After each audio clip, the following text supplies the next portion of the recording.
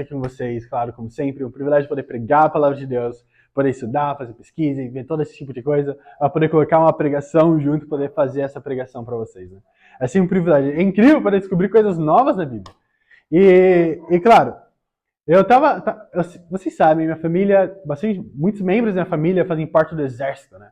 O exército, aeronáutico, marinha. Então eu sempre cresci nesse grupo de pessoas que sempre eram super patriotas, né? Então assim falavam muito sobre o exército brasileiro, sobre a aeronáutica brasileira, sobre a selva, sobre isso, aquilo, outro. E eu sempre cresci sentado no pé do meu avô contando histórias do que ele passava no exército. Eu falo, nossa, que incrível. Quando eu crescer eu queria ir pro exército também. E não fui. Amém. Mas é realmente, eu aprendi muita coisa com essas histórias da minha família, né? Uma delas é que muitas batalhas são vencidas por conta da união, né? Eles sempre explicaram, até mesmo no treinamento, eles mostram como se você tentar fazer as coisas sozinho sempre, você vai acabar perdendo a batalha. Né? Você não vê uma guerra na história onde foi apenas um soldado que venceu aquela guerra. Sempre foi muitos e muitos soldados juntos com sargentos, tenentes, capitães, comandantes, todo mundo junto para poder vencer essa batalha. Vemos guerra ao redor do mundo inteiro. E dificilmente a gente vê um país sem receber suporte de outros países. Na verdade, quando um país entra em guerra, o que acontece é que ele lança o sinal para outros países que suportam ele naquela guerra também. Então isso é muito interessante. Até mesmo a receber suporte da parte de fora também. Então é sempre uma união que é feita para poder ir em prol de uma causa em si, para poder ter a vitória dessa guerra. E claro, e se tem algo que eu aprendi durante todo esse tempo como discípulo, é que tem algumas batalhas que eu tenho que lutar elas sozinho. Apesar de que, sim, guerras são vencidas em união, mas acredito em muitas batalhas a qual eu tenho que batalhar sozinho. Essas batalhas são a batalha diária na nossa mente. Sabe, o pior de tudo é que essas batalhas são as mais difíceis. Porque a gente batalha dentro da nossa cabeça com os pensamentos, emoções e tudo mais, tentações, dentro da nossa cabeça, dia após dia. São as mais difíceis. Tem algo que eu aprendi que, como discípulo, que é fazer journals, né? Eu não sei se você já ouviu falar disso, que são os seus diários, basicamente. Então, basicamente, escrever as suas emoções, o que você sentiu, como foi seu dia e tudo mais, e poder depois comprar a verdade de Deus, né? E se você já escreveu seu journal alguma vez, você sabe que é realmente muito difícil, né? Porque você começa a ver o quão terrível seu coração pode ser, se é a mentira que você pode acreditar, sobre você mesmo, ou até mesmo sobre outras pessoas. E como discípulo, nós estamos constantemente estudando pessoas, na verdade. Tem muitas vezes que através do meu dia eu me sinto como se fosse um psicólogo.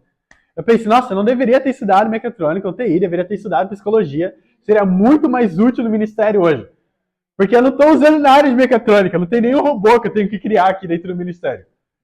Mas psicologia, tanto de livros que eu tenho que ler sobre psicologia, sobre sociologia e tentar entender a mente humana. Porque realmente a nossa batalha diária é contra nós mesmos. Você começa a ver realmente o quão terrível seu coração pode ser. Né? E eu percebi que metade das batalhas diárias que eu tenho, as batalhas que eu passo são batalhas dentro da minha mente. E quando eu falo que eu batalho sozinho, não é que eu não peço ajuda a ninguém ou algo assim do tipo. É que eu peço conselhos, eu peço orações, mas no final quem vai lutar essa batalha é eu mesmo. O meu discipulador, o meu mentor, a pessoa que está comigo, meus amigos, irmãos, eles não vão entrar dentro da minha mente e batalhar aquela batalha por mim. Certo? Eles podem me dar conselhos, podem mostrar escrituras, podem tentar me ajudar a comprar a verdade de Deus, me chamar para fazer minhas journals, a orar, a ler as escrituras, mas ainda assim, no final do dia, quem está batalhando essa batalha é eu mesmo. O título da pregação de hoje, a batalha de um só soldado. A batalha de um só soldado. E eu acredito que tem batalhas na nossa vida que você vai passar que apenas você vai estar lá batalhando. Você vai olhar para um lado e para o outro e você vai sentir sozinho. Porque você está lá realmente sozinho batalhando por isso. Você vai batalhar sozinho realmente dentro dessa cabeça. Vai ter pessoas do seu lado te dando suporte, tentando te ajudar, dando conselhos, orando com você, te lembrando, mantendo com que você fazendo segmento, mantendo você realmente te dando a accountability. Né, que é para te ajudar a realmente pensar, não, será que está fazendo isso mesmo? Tentando te ajudar. Mas no final é você que toma a decisão. Tem um ditado em inglês que eu sempre menciono em estudos bíblicos, até mesmo em conversas, que fala, you can bring the horse to the water, but you cannot force it to drink it. Significa que você pode trazer o cavalo até a água, mas você não pode forçar ele a bebê-la. Então, eu posso te mostrar a cura de todos os seus problemas. A solução para cada uma das situações que você tem passando hoje. Mas se você sozinho não tomar a decisão de colocar isso em prática, de nada adianta. E é assim que é a salvação também, certo? Eu posso mostrar o caminho da salvação. Mas se você não tomar uma decisão, você não vai ser salvo. Pode perguntar para qualquer discípulo que estudou a Bíblia. Você vai ver que desafios são postos à frente dessa pessoa e ela mesma tem que decidir a cumprir esse desafio, certo? Se é ler a Bíblia e orar todos os dias. Ela precisa ler a Bíblia e orar todos os dias. Se abrir mão de relacionamento impuro. Ela mesma precisa abrir mão desse relacionamento. Seja lá do que for, lembra pra mim, eu tinha que parar de fumar, tinha que parar de beber, relacionamentos impuros, tinha muitos desafios. E não foi nenhum das pessoas que estavam estudando a Bíblia comigo que cumpriram esses desafios para mim. Eu mesmo tive que tomar uma decisão. Agora, qual foi a parte mais difícil de tomar essa decisão? Foi terminar o relacionamento? Foi o ato de parar de fumar ou de beber? Foi abrir mão da pornografia e masturbação? Não. Foi os efeitos colaterais que vieram depois disso. Que depois de eu parar de fumar e beber, foi depois quando eu cheguei em casa e ter aqueles pensamentos. Nossa, eu preciso voltar para isso. Aquela vontade, aquelas emoções. Os pensamentos, mas e se eu voltasse a falar com ela? A gente pode ter um relacionamento puro. Mas e se eu não fosse batizado? E se eu apenas acreditasse em Deus? Ele ia me poupar, certo? A parte mais difícil foi a batalha dentro da minha mente depois de tomar a decisão. Não foi tomar a decisão em si. Foi o depois. Nós temos muitas batalhas. A batalha de batizar discípulos e trazer pessoas para a salvação. Mas nós fazemos isso junto. A batalha de discipular e encorajar pessoas. Nós também fazemos isso junto. A batalha de orar pela vida dos discípulos, como nós estamos orando agora pela Bruna, que não está tão bem. Nós fazemos isso juntos. Mas temos essa batalha na nossa mente, que nós mesmos temos que arregaçar nossas mangas e lutar. Como a Bíblia fala que os homens, os líderes falaram para Esdras, para se levantar e mãos às obras. Por quê? Porque ele precisaria se levantar e tomar uma decisão. Passou o tempo da oração, passou o tempo que nós fazemos isso tudo junto. Você precisa se levantar e tomar uma decisão você mesmo. Vamos para 2 Coríntios, capítulo 10. Vamos. Eu amo o livro de Coríntios porque eu sempre penso nessa igreja e nesse país, nesse estado, como realmente a igreja de Corinto. Agora, tem pontos positivos e negativos nisso. Certo? O ponto positivo é que a igreja de Corinto em si, era uma cidade muito privilegiada. Dentro do reino, do império inteiro, era a melhor cidade. Todo mundo viajava para lá, o centro cultural, histórico e filosófico. Então as pessoas de várias nações estavam juntas lá e reunidas. Então isso é incrível. Pessoas poderosas, pessoas de influência. E eu acredito que assim é Maputo. Certo? As pessoas, o presidente está aqui, os governadores, muitas celebridades e tudo mais. Então é incrível, certo? Mas ao mesmo tempo, quando você lê o livro de Corinto, tem a parte ruim disso. Porque com pessoas que têm muitos talentos, pessoas muito inteligentes e movidas e tudo mais, vem com muito orgulho. Então, claro, é algo incrível que sim, nós temos isso, mas também tem alguns pontos ruins. Mas eu acredito que essa igreja, como são feitos discípulos, então tem os pontos positivos, amém? Então vamos ler o versículo 4 no capítulo 10. 2 Coríntios, capítulo 10, vai ler o versículo 4. Olha o que a Bíblia fala aqui. A Bíblia fala assim: as armas com as quais lutamos não são humanas. Ao contrário, são poderosas em Deus para destruir fortalezas. Destruímos argumentos e toda pretensão que se levanta contra o conhecimento de Deus. E levamos cativo todo pensamento para torná-lo obediente a Cristo. Primeiro ponto da pregação de hoje. Entendendo a batalha na sua mente. Entendendo a batalha na sua mente. Sabe, algo que é importante, antes de qualquer batalha, antes de qualquer coisa, eu lembro quando eu fazia MMA, o boxe, qualquer arte marcial que eu fiz, era sempre isso antes de entrar no sparring.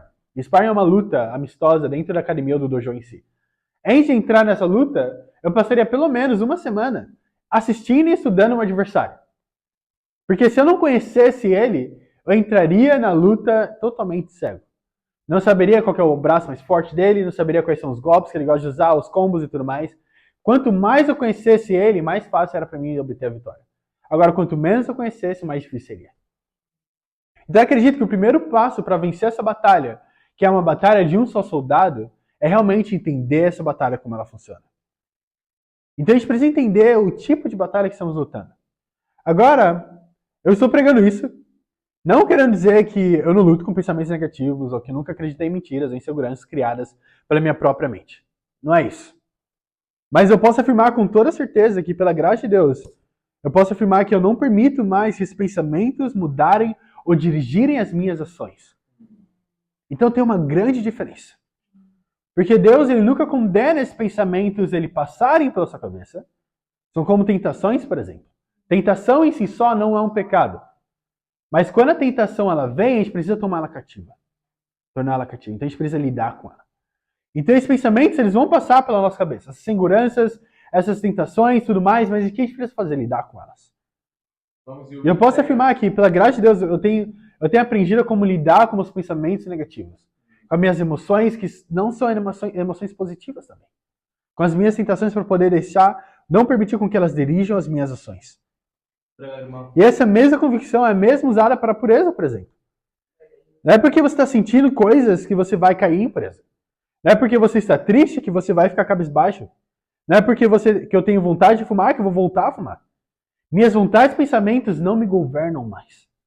Agora o que acontece quando eu não presto atenção nas minhas emoções, pensamentos, sentimentos? O que acontece? O que vai guiar a minha vida? O que vai direcionar minhas ações? Cada uma dessas coisas. Certo? Pensa nisso.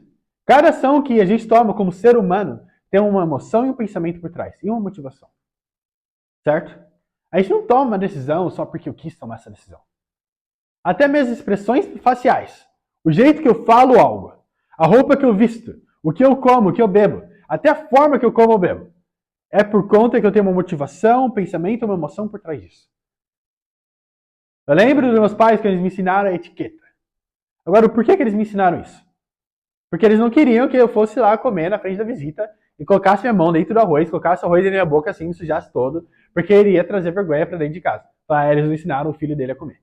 Eu tenho uma motivação por trás disso. Eu aprendi da mesma forma, então eu não quero que as pessoas me vejam comendo de boca aberta, colocando a mão na minha boca, tentando tirar algo que estava lá no fundo do meu dente. Certo? Mas tem uma motivação e uma emoção por trás disso, certo? Não tem uma razão por trás? Cada ação também tem. O problema é que muitas vezes a gente não pensa nessas coisas. Agora, eu acredito que sempre o coração vai ser mais forte do que a mente. Então, o que significa? Minhas emoções, elas sempre vão ser mais fortes do que a lógica. Elas vão querer sobrepor a minha lógica, o meu pensamento. Agora, a pergunta é como que eu posso inverter isso? Como que eu lidero o meu coração? A primeira parte é entender que a batalha que a gente está enfrentando não é humana, como ele fala aqui, Paulo fala em 2 Coríntios capítulo 10. Então, não é algo lógico que eu vou usar, ou então algo físico, não é um chaveirinho da sorte que eu vou ter, que vai me permitir com que eu lidere meu coração e minhas emoções. Então, significa que as armas que vão ser usadas para batalhar também não são humanas. Se a batalha não é humana. Faz um teste. Se a nossa batalha contra o pecado fosse humana, certo?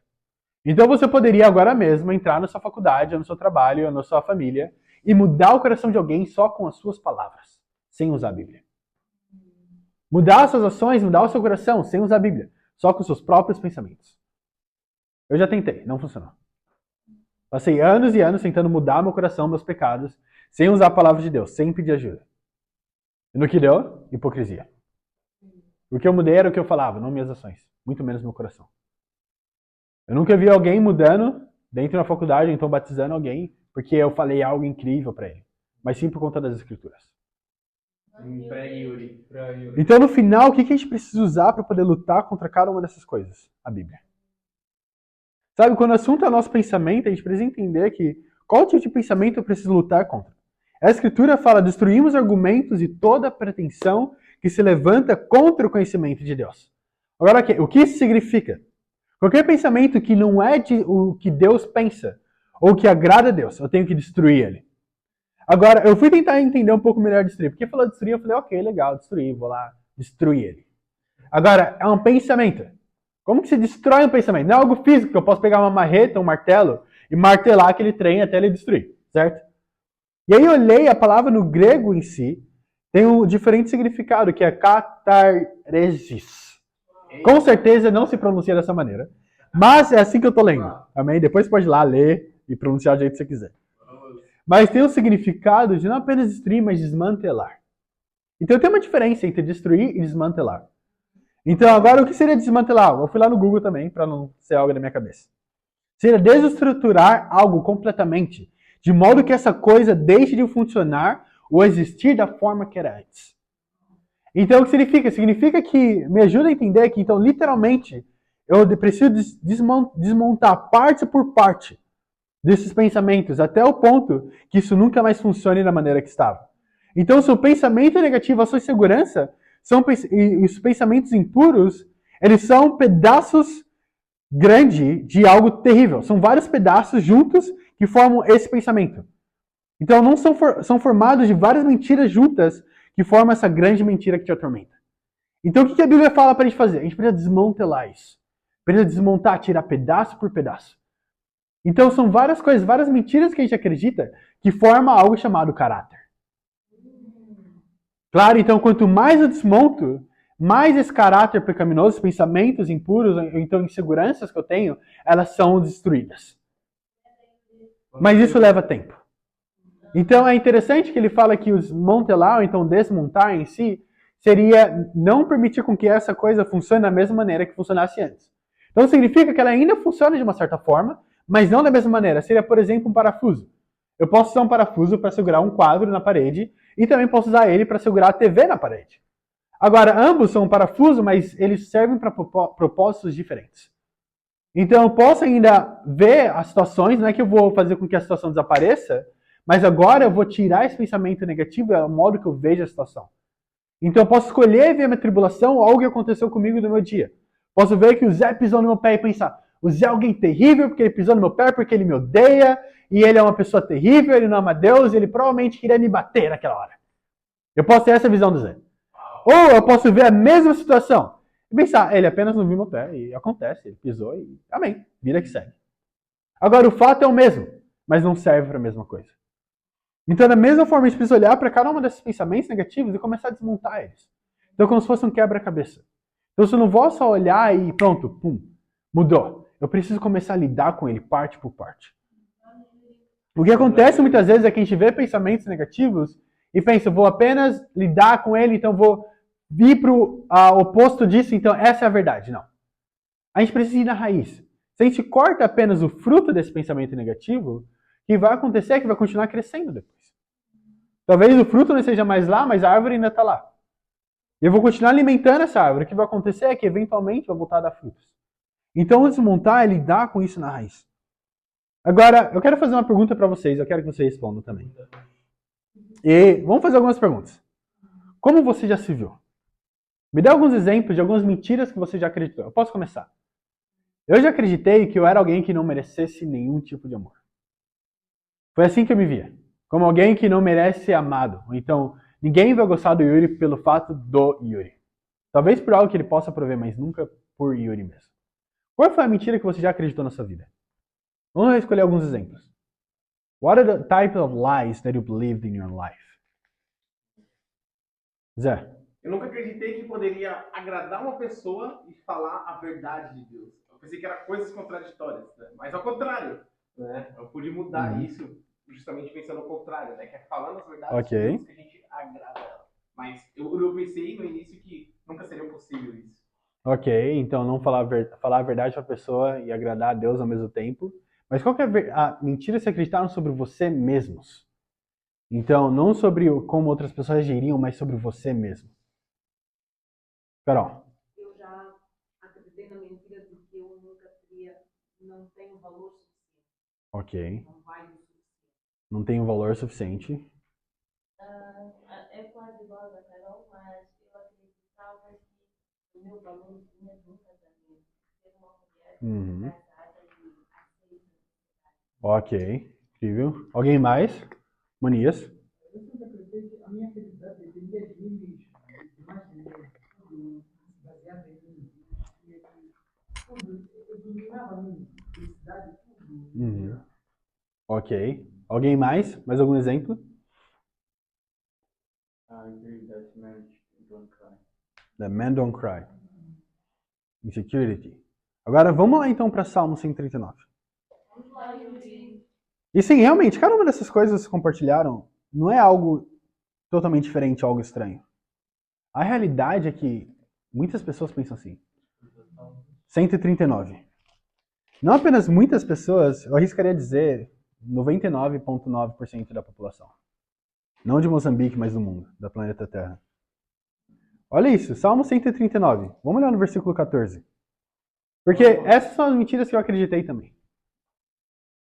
Acreditei que eu não teria nenhum tipo de valor, ou que eu não seria digno de amor, ou então que se eu chorasse ou mostrasse algum tipo de fraqueza, ninguém iria gostar de mim. Ou então que eu precisaria ter um relacionamento para receber o valor que eu queria tanto. Mas olha isso. Olha quando a gente olha para a Bíblia, olha a verdade que Deus quer nos mostrar. Salmo 139, a gente vai ler o versículo 14. A Bíblia fala assim: Eu te louvo porque me fizeste de modo especial e admirável. Tuas obras são maravilhosas. Digo isso com convicção. Uau. Se pergunte, olhe para essas mentiras que você já acreditou, então até mesmo acredita hoje sobre você mesmo. E se pergunta, essa mentira, ela se parece com essa verdade da Bíblia? Olha isso, olha o que ele fala. Ele fala que ele fez de modo especial e admirável. Ele fala, sabe Deus na verdade? Não apenas ele fala que a sua criação são maravilhosas. E ele não fala isso apenas da boca para fora, ele ainda fala, digo isso com convicção. O salmista olhava para a situação, para a vida dele, ele falou, sabe Deus, eu te louvo pela até mesma forma com que você me criou. Você me criou de forma admirável e especial. Agora, admirável é algo digno de louvor, algo especial é algo único. Então, quando Deus me criou, ele criou algo único. Não existe outro Yuri por aí. Eu sou o único. Edição limitada. Sabe? Melhor do que a bolsa da Gucci ou então da Dolce & Gabbana. Eu sou bem melhor que cada uma dessas coisas. Você não vai achar eu em outra loja. Da mesma forma para cada um de vocês. Por mais que aconteça nas nossas vidas, o diabo, o Satanás quer que você acredite que na verdade você não é único, você não é especial e você não é nada admirável. Ele quer que você olhe para si mesmo e comece a até mesmo se duvidar. Fala, não, eu não sou bom o suficiente. Eu preciso de algo a mais para ter algum valor. Talvez eu precise de um diploma da faculdade, preciso de um trabalho melhor, preciso de mais dinheiro, preciso de roupa de grife, preciso disso, daquilo outro, porque aí talvez eu tenha algum valor. Sabe o que Satanás faz? Ele faz até mesmo as coisas de tanto valor que Deus te deu, vê isso de forma vergonhosa. Eu fiquei pensando sobre a família que eu tenho. Eu via isso de forma vergonhosa. Eu tenho pais incríveis. Infelizmente não são discípulos ainda. Mas eu penso que se fosse para escolher ainda o tipo de pais que eu teria, escolheria exatamente esse que Deus me deu. E muitas vezes eu via eles de forma vergonhosa, por quê? Porque eu ia para a escola e sofria racismo. Eu pensava, por que meus pais não são brancos? Por que eu não sou branco? No Brasil, eu e meu irmão gêmeo eram uma das únicas crianças negras dentro da escola. Então imagina quão incrível era lá dentro. Eu olhava para minha família, para meus pais e sentia vergonha deles. Por que meu pai tem que ser um pastor? Por que eu tenho que ficar indo para a igreja? Eu tenho que seguir essas coisas. Algo que Deus me deu como uma bênção. Satanás mudou e moldou meus pensamentos de uma forma tão terrível que eu vi uma bênção como algo vergonhoso. Não via mais algo como especial, admirável. Algo que muitas poucas crianças tinham, que era uma família com os pais casados. Uma família onde eu tinha que comer todos os dias. Onde eu podia chegar em casa e meu pai queria brincar comigo, na verdade. Agora imagina isso. Quantas pessoas tinham essa mesma coisa? Mas ainda assim, olhava de forma vergonhosa. Por conta de uma mentira que eu comecei a acreditar de Satanás. Então, se o seu pensamento não se alinha com essa escritura de Salmo 139, então você pode começar a desmantelar ele. Mas eu sou naturalmente orgulhoso, ou então eu não sou bom o suficiente. Ou então eu preciso de pornografia e masturbação, preciso fumar, preciso de amigos, preciso de relacionamento. E aí sim eu vou ter algum valor. Errado.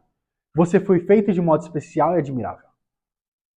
A Bíblia fala em 2 Timóteo, capítulo 1, versículo 7, fala que Deus não te deu um espírito de covardia, mas de poder, de amor e de equilíbrio. Eu acredito que Deus nos chamou como discípulos não para sermos inseguros, mas para sermos confiantes. A nossa confiança não vem de aparência, do que as pessoas falam, ou de amizades, mas vem de Deus. Então, tem uma pregação do nosso irmão, Michael Williamson, que ele fala que o título é Relentless. Vou mandar no grupo depois para vocês. Mas ele fala algo muito interessante. Ele fala que as pessoas mais poderosas, as pessoas mais confiantes da face da Terra, não deveria ser um jogador de basquete, um jogador da NFL, não deveria ser o cara mais rico, não deveria ser Elon Musk, não deveria ser nenhum deles. Deveriam ser os discípulos. Porque no final, quando você olha para o que um discípulo realmente é através da Bíblia, essa é a verdadeira fonte de confiança. Algo que não muda. O seu dinheiro pode mudar. Você pode quebrar e perder todo o seu dinheiro. Relacionamentos podem terminar. Amizades podem partir. Mas a palavra de Deus não muda. Então você já viu, por exemplo, eu fico pensando, como que eu posso ser inseguro? Como que eu posso falar que eu sou um discípulo e ainda assim andar no chão, andar olhando pro chão, chutando pedrinha, pensando, nossa, quão terrível eu sou, minha vida é muito difícil. Como que isso se encaixa? Imagina isso, você já viu, até mesmo em filmes, ou então pensar, até mesmo na rainha Elizabeth, que morreu, pensar nela andando insegura, pensando, nossa, que terrível a minha vida é muito difícil, e eu não gosto quando as pessoas estão me olhando, e falar baixinho assim, não, porque eu tenho medo de você me ouvir, se eu falar alguma coisa assim, eles vão pensar. Imagina isso, um rei falando dessa forma. Imagina alguém realmente da realeza com medo dessas coisas. Um rei que não tem nenhum poder, nenhuma presença. Sério, de verdade. Você acha que esse rei poderia reinar alguma coisa? Não. Agora, quando a Bíblia fala em 1 Pedro, fala que a gente é realmente realeza. Uma nação santa. Agora, imagina isso. Se Deus chamou para ser um rei, ou uma rainha dele, uma princesa, ou um príncipe, como que você deveria se portar? Como que deveriam seus pensamentos? Como você deveria falar com as pessoas? É realmente isso que a Bíblia nos chama a fazer. Eu realmente acredito que eu tenho que ser mais confiante que qualquer outra pessoa. Porque eu sei o Pai que eu tenho. Não aqui na terra, mas nos céus. Provérbios capítulo 4, versículo 23. Vamos para lá. Eu lembro que esse Provérbios é a escritura que meu pai mais falou para mim desde a minha infância. Nossa, ele falou, de tudo que você tem, guarde seu coração, porque dele provém a sua vida. Eu até memorizei na João Ferreira de Almeida, que era a versão da Bíblia que ele usava. Todos os dias, antes de sair para ir para a escola, ele falava essa escritura para mim. Eu estava saindo do portão, ele vinha correndo, abria a porta e gritava essa escritura para mim. Provérbios capítulo 4, versículo 23, desculpa. Olha o que a Bíblia fala. Vamos ler, mesmo que eu tenha citado. Para ver se eu não estou falando besteira. Olha o que fala. Acima de tudo, guarde o seu coração, pois dele depende toda a sua vida. Uau. Eu lembro, desde os meus 13 anos, pelo menos, meu pai citava a escritura para mim. Naquela época, as pessoas acreditavam que pensamentos e sentimentos saíam do coração e não da sua mente. Porque naquela época eles não estudavam essas coisas, né? Então amém. Mas eles acreditavam que os pensamentos iriam sair do coração. Até mesmo se você vê uma nota, geralmente você vai ver que a palavra no hebreu em si significa pensamentos. Não necessariamente coração, como coração físico.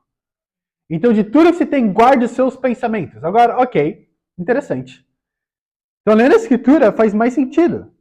De tudo que eu tenho que guardar os meus pensamentos. Mas o quão importante é isso?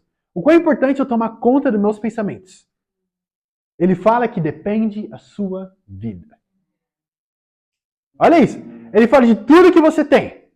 Família, amigos, faculdade, trabalho, relacionamentos. De tudo isso, joga fora. Cuida dos seus pensamentos. Porque a sua vida não depende de nada disso. Mas vai depender deles. Do que passa na sua cabeça. A sua vida, a sua salvação depende do tipo de pensamentos que você tem através do seu dia. Quais pensamentos você tem sobre você mesmo ou sobre outras pessoas? Disso depende a sua vida. Nós precisamos destruir eles e tornar eles cativos. O tipo de pensamento que você tem, o valor que você dá a si mesmo, isso vai direcionar como vai ser a sua relação com as outras pessoas. Vai até mesmo mostrar como você vai fazer estudos bíblicos com as pessoas. Certo? Porque se eu sou inseguro, eu tenho medo de tudo, tenho medo que as pessoas vão pensar de mim. Quando eu entrar no estudo bíblico, eu não vou poder desafiar as pessoas, eu não tenho confiança em mim mesmo, não tenho confiança na palavra de Deus. Sim. Eu não acredito em tudo isso, estou falando, eu sou tão inseguro, então quando eu chegar lá, eu vou fazer uma expositiva. Vou dar uma aula, mais como uma dissertação. Posso até colocar alguns slides, como alguns professores fazem, né, na faculdade. Vou lá, só slide, eu tô lendo slide. Mas não tem impacto nenhum na vida de alguém. Agora, se eu sou confiante nisso que eu tô lendo, se eu realmente acredito nisso, se essa é a verdade que está no meu coração, logo nos meus pensamentos, quando eu entrar lá confiante, como que vai ser esse estudo? Quando eu for falar de Deus para outra pessoa, eu não vou ter medo de desafiar alguém. Eu não ligo o que ela vai pensar de mim, se ela vai gostar de mim ou não. Grande coisa. Isso não vai levar eu para o céu mais ou menos. Vamos para Romanos capítulo 12. Vamos lá, Yuri. Vamos entrar na segunda parte, última parte da nossa pregação de hoje. Vamos lá para Romanos capítulo número 12. Vamos. Romanos logo depois de Atos. Romanos capítulo 12. A gente vai ler o comecinho dele.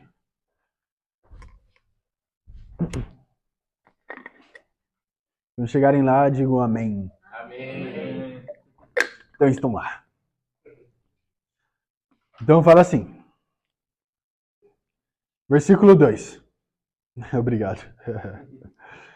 Não se amoldem ao padrão deste mundo, mas transformem-se pela renovação da sua mente, para que sejam capazes de experimentar e comprovar a boa, agradável e perfeita vontade de Deus. Uau. Segundo ponto, renove a sua mente. Olha isso. Segundo ponto, renove a sua mente. Ele fala que se você não renovar a sua mente, você não vai provar a boa, perfeita e agradável vontade de Deus. Você não vai conseguir aproveitar isso. Sabe quando você está esperando por um momento tão incrível na sua vida? Por um evento tão grande, mas está tão ansioso. E quando chega, você tem até dor de barriga. Você não consegue dormir. Aí está lá passando o evento com dor de cabeça. A maior parte, metade do evento está dentro do banheiro. Você está muito nervoso. Ou então está toda hora pensando como as pessoas estão me vendo. E você acaba não aproveitando esse evento. Agora imagina o nosso relacionamento com Deus vendo dessa mesma forma. Se eu não renovar meus pensamentos, eu sempre fico pensando como as pessoas estão me vendo. O que elas pensam de mim? Que eu tenho que fazer isso, eu tenho que fazer aquilo, eu tenho que pegar isso, eu tenho que ter isso, eu tenho que ter aquilo. E eu acabo não aproveitando a boa e perfeita vontade de Deus. O relacionamento com Ele. Eu não consigo aproveitar. Porque minha cabeça, minha mente, meus pensamentos estão rodando em volta de tantas coisas que eu esqueço do principal. É tipo quando no Brasil a gente tem um restaurante chamado rodízio. É um tipo de restaurante. Então, o que é rodízio? Rodízio é um sonho. Né? Você pode até dormir e sonhar com isso. Rodízio é incrível. E é realmente incrível. Eu espero poder levar vocês para lá, para levar vocês, colocar dentro de um rodízio e fechar vocês lá por 5 horas. Depois vocês podem me agradecer. No Brasil tem rodízio de várias coisas. Então tem rodízio de sorvete, tem rodízio de sushi, tem rodízio de carne, de pizza, de hambúrguer. Tem rodízio de tudo que você pensar. Só não tem rodízio de salada, porque salada não é bom. Talvez para a Samara ela vá, mas a Samara ela ama salada, talvez ela vá no rodízio de salada. Mas para mim, eu e minha casa, nós adoraremos a Deus. Ainda acredito em sacrifício vivo no altar. Mas é isso. Então você pode entrar lá e eles vão trazer um tanto de carne que você aguentar. Mas como é que funciona? Eles começam trazendo para você primeiro a linguiça, o colchão, aquelas carnes mais de segunda, e você vai se enchendo com aquilo.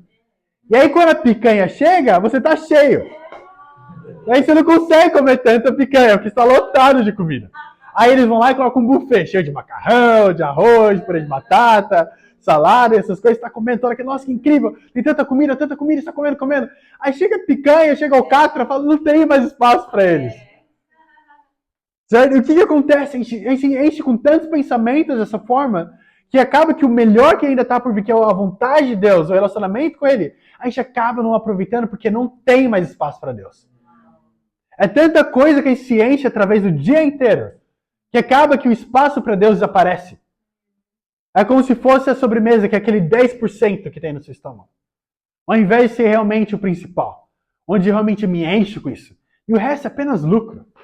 Se realmente Deus é meu prato principal e não está em segundo plano, que acontece é que durante o dia eu tô me enchendo de Deus. Daí quando vem as amizades, isso é cerejinha no topo do bolo. Isso é aquele adendo a isso. O relacionamento de Deus já me preencheu, já tô feliz já. Tá incrível, comer alcatra e picanha o dia inteiro. Então traz uma purê de batata, uma saladinha, coloca aqui do lado. Tanto faz, não importa, eu já tive a picanha. Amém. E esse é o nosso relacionamento com Deus. É realmente a melhor coisa. Mas a gente precisa realmente mudar. E ele fala, como cristãos, nós somos chamados a renovar a nossa mente. Qual que é o padrão do mundo? Ele fala não se realmente se atentar, como se fala, se moldar ao padrão do mundo. O normal do mundo são pessoas cheias de inseguranças e medos. Então qual que é o padrão desse mundo? É pessoas inseguras e com muito medo. Agora, qual que é o padrão do reino?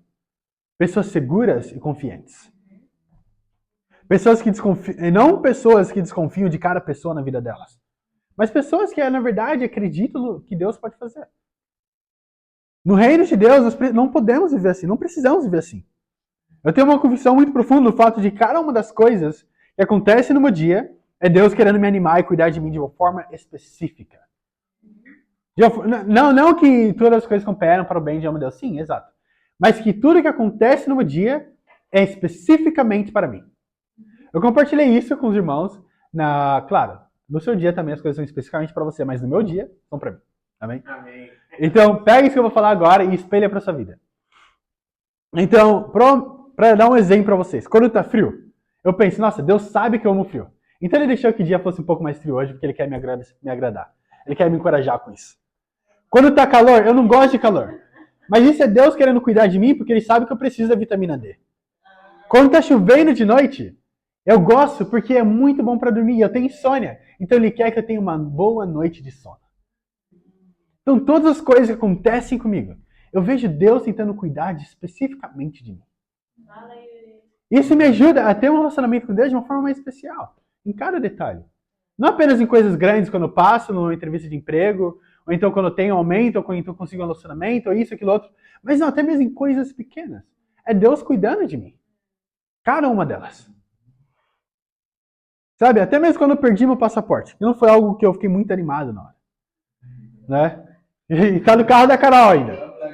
Então, olha isso. Para explicar para vocês. Eu tava aqui, meu visto aqui em Moçambique estava acabando. E meu passaporte acabado as páginas. Então eu tinha usado todas as páginas, porque entra e sai, vai para várias conferências, não sei o que lá. Acabou as páginas do meu passaporte. Eu precisava renovar meu passaporte. Mas eu tava lá, vou renovar, e nunca renova, né? E aí o que aconteceu foi que eu perdi meu passaporte. E agora, o que eu pensei? Nossa, que terrível, eu não vou ter mais meu passaporte, eu queria guardar como lembrança das viagens que eu fiz, dos vistos, os carimbos para o México, para Londres, para isso, aquilo, outro. É tão incrível. E eu fiquei um pouco desanimado. Mas eu comecei a pensar, caramba, Deus fez com que eu perdesse meu passaporte para me forçar a ter um passaporte novo.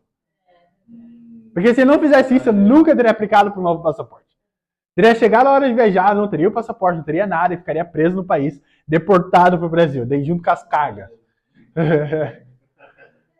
Então, eu sou muito grato a Deus. Até mesmo isso ele cuidou. E sabe o que é mais incrível? Sabe onde eu perdi esse passaporte? No hospital onde a Tânia trabalha. Quando eu fui fazer a cirurgia. A Carol trabalha. Quando eu fui fazer a cirurgia. Então eu deixei ele lá e esqueci. Eu saí de lá tão grog naquele dia. Eu não sabia o que estava acontecendo comigo. Depois da cirurgia eu vomitei. Eu tava com muito medo da seringa. Tava terrível. Nossa, tava tudo girando. Então eu nem lembrava que eu tinha esquecido o passaporte lá. Eu nunca ia pensar. Eu esqueci o passaporte no trabalho da Carol. E aí eu recebi uma ligação de uma moça, nem lembro o nome dela. Mas ela ligou pra mim e falou, oi, é o Yuri? Na verdade eu nem sei como ela conseguiu meu número, porque ela tem só meu passaporte, não tem meu número no sistema. Mas não... Amém. Abriram lá o trem. E ela me ligou e ela falou, olha, é o Yuri. Eu falei, a gente tá com o seu passaporte. Eu falei, caramba, eu perdi meu passaporte de novo. Aí eu falei, caramba, eu sou muito descuidado. Eu falei, caramba, eu perdi o passaporte. Terrível. Aí eu comecei a procurar. Eu achei o meu passaporte na minha mão. Eu falei, é trote. É trote porque eu tô com o meu passaporte na minha mão. Então ela não tem meu passaporte. Ela falou, seu passaporte tá aqui na ICOR.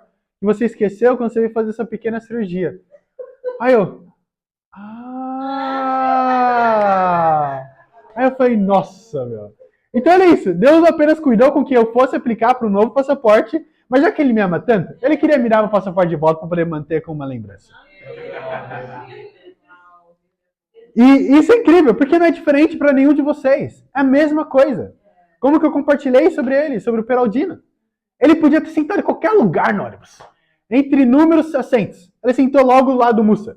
Naquele dia, o Mussa, na verdade, chegou em casa reclamando para mim. Porque ele falou, eu tava com tanta enxaqueca, eu queria sentar sozinho, eu queria dormir a viagem inteira. E aí Deus foi lá e colocou o Peraldino do lado dele, onde ele compartilhou a fé. E ele pôde se tornar um discípulo lá na África do Sul, de todos os lugares. Então, olha isso, olha o quanto Deus cuida das pessoas. De cada um de nós. Então, realmente, vamos lá para Filipenses, capítulo 4. Então, nós precisamos trocar esses pensamentos terríveis por outros pensamentos. Agora, quais são eles? Que tipo de pensamento é esse que eu preciso ter? Vamos para Filipenses, capítulo 4, no versículo número 8. Então, Filipenses, capítulo 4, nós vamos ler aqui no versículo 8. Muito obrigado, Múcia, pela água. Muito grato por isso. Então, Filipenses, capítulo 4. Vamos ler o versículo 8 aqui. Olha o que a Bíblia fala. Finalmente, irmãos, tudo que for verdadeiro, tudo que for nobre, tudo que for correto, tudo que for puro, tudo que for amável, tudo que for de boa fama, se houver algo de excelente ou digno de louvor, pensem nessas coisas. Uau! Olha isso, ele dá a característica do tipo de pensamento que você precisa ter através do seu dia. Esses são os pensamentos que precisamos ter. Qualquer momento em que você estiver com um pensamento negativo, tire ele e substitua por pensamentos que têm essas características. No dia que eu quase fui assaltado, e lá voltando da academia, onde o cara tirou a faca pra mim e falou... A gente falou de gibberish, falou nada com nada. Não sei agora se ele falou xangana ou se ele falou português, eu não estava entendendo.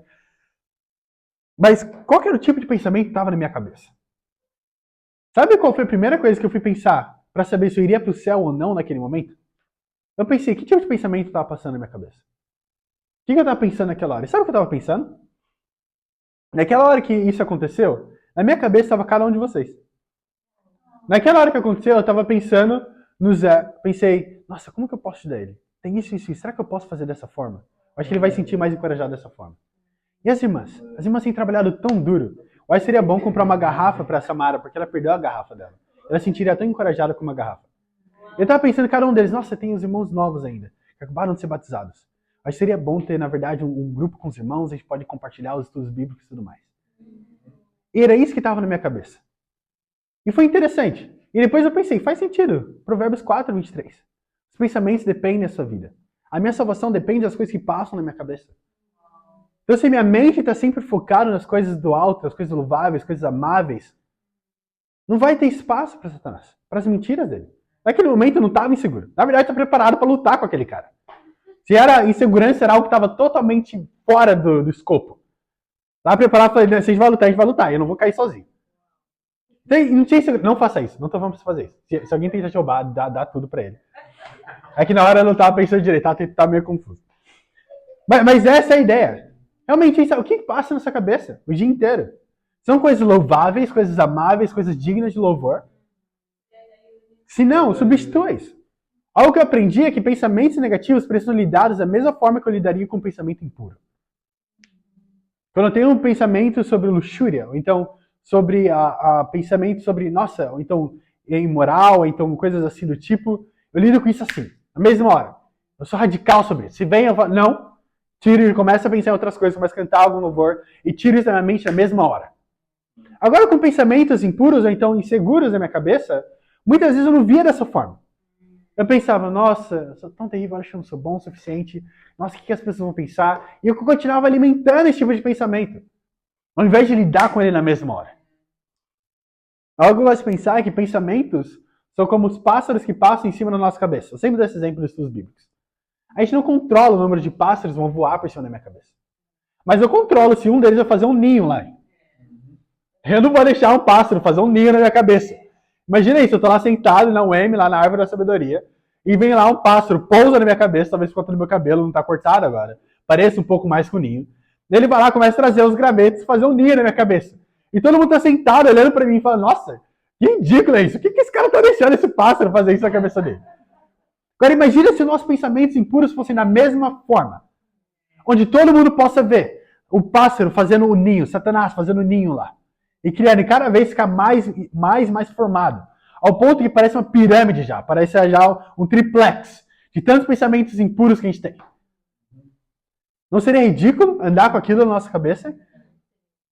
Então, da mesma forma, quando Deus olha para nós, para cada um de nós, Ele consegue ver o que está passando na nossa mente. Fala que nada está oculto aos olhos de Deus. Então, Ele consegue ver esses pensamentos, esses ninhos que a gente tem permitido acontecer na nossa mente. Essas mentiras de Satanás. Vamos para Salmo 55. Vamos lá, Yuri. E sabe, me deixa realmente em paz pensar o tipo de pensamentos que eu tenho na minha mente. Quando eu fico pensando nas coisas de Deus o dia inteiro, eu chego em casa, eu tô tão em paz. Eu falo, nossa, foi tão incrível hoje. Aí tem dias que eu, até mesmo nas nossas reuniões dos integrais, eu falo, nossa, hoje eu tô tão em paz, quase parando. Sabe, devagar, quase parando. Tipo, é isso, incrível. Não tem nada. Tem coisa acontecendo, a gente vai lidar, Deus vai tomar conta. Take it easy. Isso. Não, 55, versículo 22. Salmo 55, versículo 22. Então, realmente, tenho pensamentos puros e focados em Deus. Então, minha mente tem que ficar focada nas coisas do alto. Olha aí, Salmo 55, a gente vai ler o versículo 22. Olha o que a Bíblia fala. A Bíblia fala assim, entregue suas preocupações ao Senhor, e Ele o susterá. Jamais permitirá que o justo venha a cair. Olha isso, Deus quer cuidar de cada um de nós. Nós podemos confiar nele, com cada uma das situações. Depois de orar e entregar essas preocupações a Ele, você pode viver a sua vida. Pode confiar que Ele está tomando conta disso. E Ele fala para entregar nossas preocupações a Ele. O que significa que as preocupações vão vir. Realmente, eu não faço ideia do que está passando na vida de cada um de vocês. Eu conheço vocês, oro por vocês, tenho um relacionamento com vocês, tenho um tempo discipulado, onde eu compartilho minha vida e as coisas têm acontecido comigo. Mas infelizmente tem coisas que vocês passam que é uma batalha de um só soldado.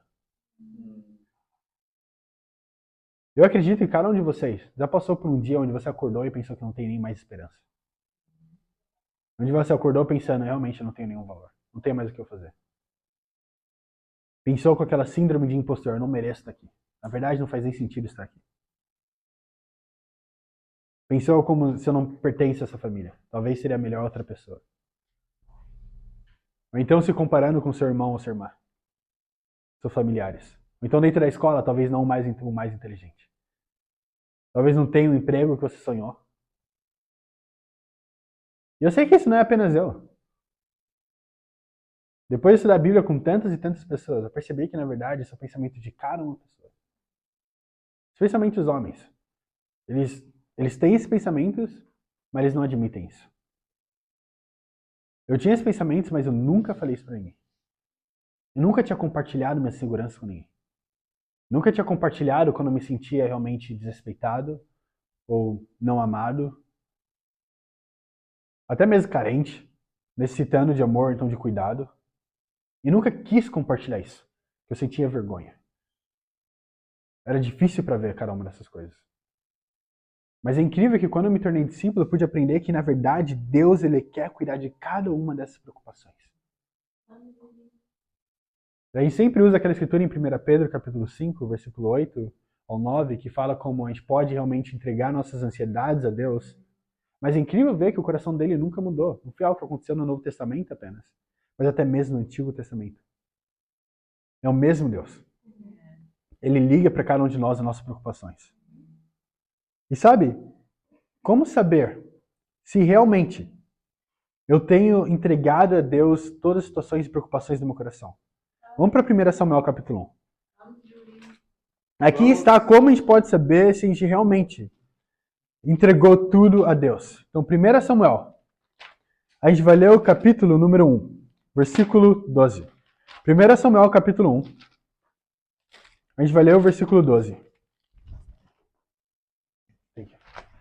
Capítulo 1, versículo 12. Aqui a gente vai ler, na verdade, o que está acontecendo. A gente tem alguém aqui chamado Ana. E ela é incrível. Tá? Então, Ana ela não podia ter filhos. E ela começa a orar a Deus porque ela queria realmente ter um filho. E o mais incrível é que ela pede um filho e promete a Deus que ela daria esse filho para trabalhar na obra, para viver dentro do santuário, para trabalhar como sacerdote. Agora, por que isso é incrível? É uma das únicas situações onde você vê alguém clamando desesperadamente a Deus para dar um presente a ele. Imagina isso. Muitas vezes o que a gente ora e pede a Deus é para nós mesmos. Certo? Eu oro e peço a Deus, clamo a Deus, Deus, por favor, me dá dinheiro, porque eu estou necessitado de dinheiro. Eu não tenho dinheiro, Deus. Não tem nada na minha conta. Ou então relacionamento, Deus, quero tanto esse relacionamento, então quero passar nessa prova. Queridos, geralmente são coisas relacionadas a nós mesmos. Mas aqui a gente tem alguém, Ana, com um coração incrível, orando a Deus para pedir, Deus, eu quero tanto te dar um presente. Algo que vai glorificar o teu nome. Olha isso, 1 Samuel capítulo 1. A gente vai ler o versículo 12. Olha o que a Bíblia fala. Enquanto ela continuava a orar diante do Senhor, Eli observava sua boca.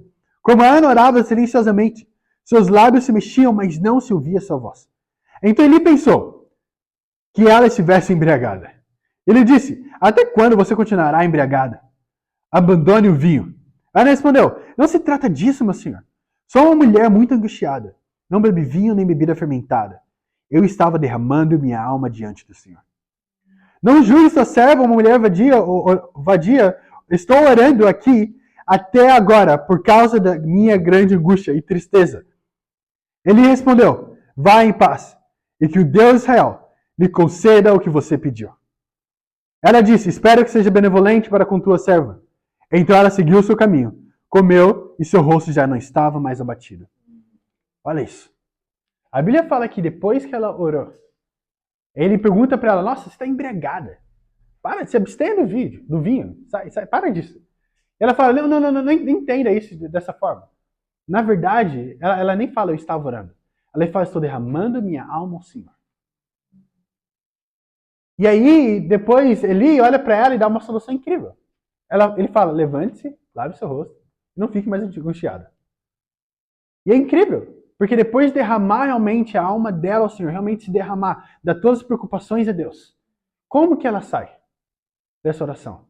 Ela sai angustiada, triste, chorando. Ela fala, Eli falou mal de mim, pensou que eu estava bêbada, nossa, que terrível. A Bíblia fala que ela levantou, ela comeu e saiu com o rosto levantado. Fala que seu rosto já não estava mais abatido. Você quer saber se você realmente entregou tudo a Deus? A sua face muda. Se você realmente entregou tudo a Deus, todas as suas preocupações, isso não te afeta mais. Significa que você não é mais afetado por isso durante o seu dia. E não apenas a sua face, mas as suas ações também. Você não vai tomar as ações baseadas nas suas emoções e sentimentos negativos. Mas você poderá tomar decisões lógicas. Agora, vamos para a nossa última escritura aqui. Vamos para Efésios capítulo 4. Essa, quando se trata de pensamentos, essa é a minha escritura favorita. Vamos para Efésios. Efésios, capítulo 4. Logo ali depois do nosso amigo Gálatas. Efésios, capítulo 4, a gente vai ler o versículo 22. Isso. Do 22 ao 24. Efésios, capítulo 4, versículo 22 ao versículo 24. Olha o que a Bíblia fala. Quanto à antiga maneira de viver, vocês foram ensinados a despir-se do velho homem, que se corrompe por desejos enganosos. Versículo 23. A serem renovados no modo de pensar. E revestir-se do novo homem, criado para ser semelhante a Deus, em justiça e em santidade, provenientes da verdade. Uau! Olha isso. O que Paulo está chamando a gente aqui? Fala que a Bíblia nos chama a tirar o que for do homem velho e nos vestirmos do novo. E para o que foi criado? Fala para ser semelhante a Deus. Agora, a sua nova criatura, ela vai ser semelhante à sua visão de quem Deus é. Porque ele fala que esse novo vestimento, esse novo homem que existe, fala que é semelhante a Deus. Então a minha visão de Deus, a visão de que Deus eu tenho, o Deus da Bíblia, vai ser exatamente o que eu vou me vestir. Certo? Então, se realmente é uma visão de Deus, como um Deus inseguro, você também vai ser assim. Se você tem a visão de um Deus que não tem poder nenhum de fazer nada, é assim que você vai se ver. Se você tem a visão de Deus, que é um Deus que não se importa se pecar ou não, também vai ser assim que você vai ser a sua nova criatura. Mas eu acredito que Deus é o mesmo da Bíblia, que falou que haja luz e houve luz, que criou os céus e a terra com o seu falar. Então, definitivamente, esse é o Deus que existe. E eu posso ser uma nova criatura e me vestir com isso, e ser semelhante a isso. Então, o que acontece com todas essas inseguranças? Elas desaparecem. Então, se eu me visto de tudo isso, para onde vão os pensamentos impuros ou negativos? Não vou ter espaço para eles. A Bíblia fala que o antigo homem, ele se corrompe por desejos enganosos. Agora, o que significa? Que o meu desejo pelo pecado vem com uma promessa, certo? Então, o meu desejo de ir para o pecado, ele geralmente vem com uma promessa, porque eu quero algo que esse pecado, eu acredito que ele pode me prover. Então, ele vem com essa promessa de me dar algo.